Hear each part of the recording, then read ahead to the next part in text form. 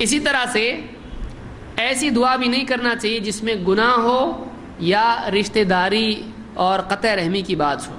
یعنی شریعت نے جو رشتے ناطے جوڑنے کا حکم دیا ہے، اللہ اور اس کے رسول نے جو رشتے جوڑنے کا حکم دیا ہے، اس کے خلاف دعا ہو، حقوق کی ادائیگی کے خلاف دعا ہو، حسن سلوک کے خلاف دعا ہو. ایسی دعا نہیں کرنا چاہیے. کسی کا حق ہے، ہم اس کے خلاف ہی بد دعا کر رہے ہیں، تو ایسی دعا نہیں کرنا چاہیے. قطع رحمی کی دعا نہیں کرنا چاہیے.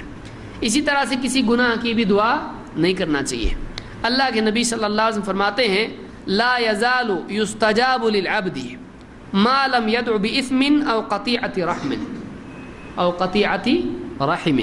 مسلم کی روایت ہے، آپ نے فرمایا کہ بندے کی دعا قبول ہوتی رہتی ہے، بندے کی دعا قبول ہوتی رہتی ہے جب تک کہ وہ کسی گناہ کی دعا نہ کرے یا پھر قطع رحمی کی رشتے ناطے توڑنے کی دعا نہ کرے، تب تک دعا قبول ہوتی. جب ایسی دعا کرتا ہے اللہ قبول نہیں کرتا ہے اس کو.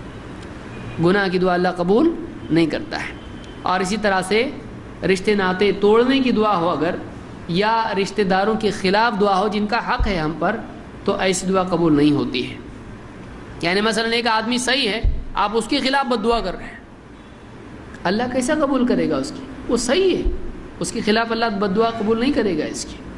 تو کوئی واقعی حقدار ہے. جیسے یہود آتے تھے اللہ کے نبی صلی اللہ علیہ وسلم کے پاس، کیا کہتے تھے؟ السلام علیکم، تم پر موت آئے. آپ جواب میں کہتے وعلیکم، تم پہ بھی، یعنی تم پہ، بلکہ تم پہ، بلکہ تم پہ.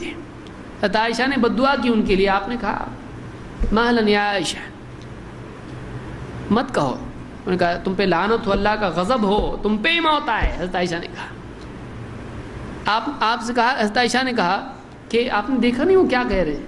آپ نے کہا تم نے سنا نہیں میں نے کیا کہا؟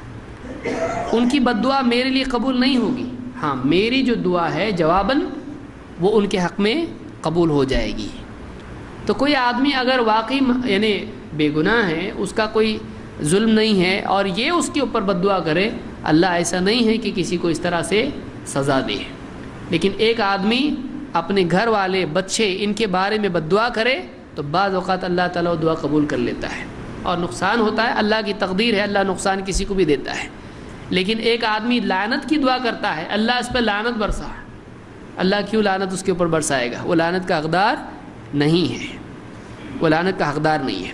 ہاں دنیا کی تکلیف اللہ کی طرف سے بندوں پر آتی رہتی ہے، چاہے کوئی بد دعا کرے یا نہ کرے. وہ اللہ کی تقدیر ہوتی ہے، اللہ اس کی طرف سے تکلیف ڈالتا رہتا ہے.